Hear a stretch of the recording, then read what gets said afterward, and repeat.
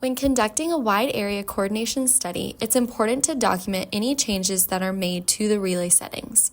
Wide area coordination studies can involve a lot of adjustments to relay settings.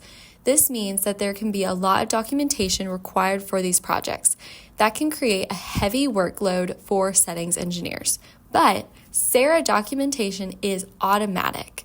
At the click of a button, you can have complete and thorough documentation. This eliminates a heavy burden on settings engineers.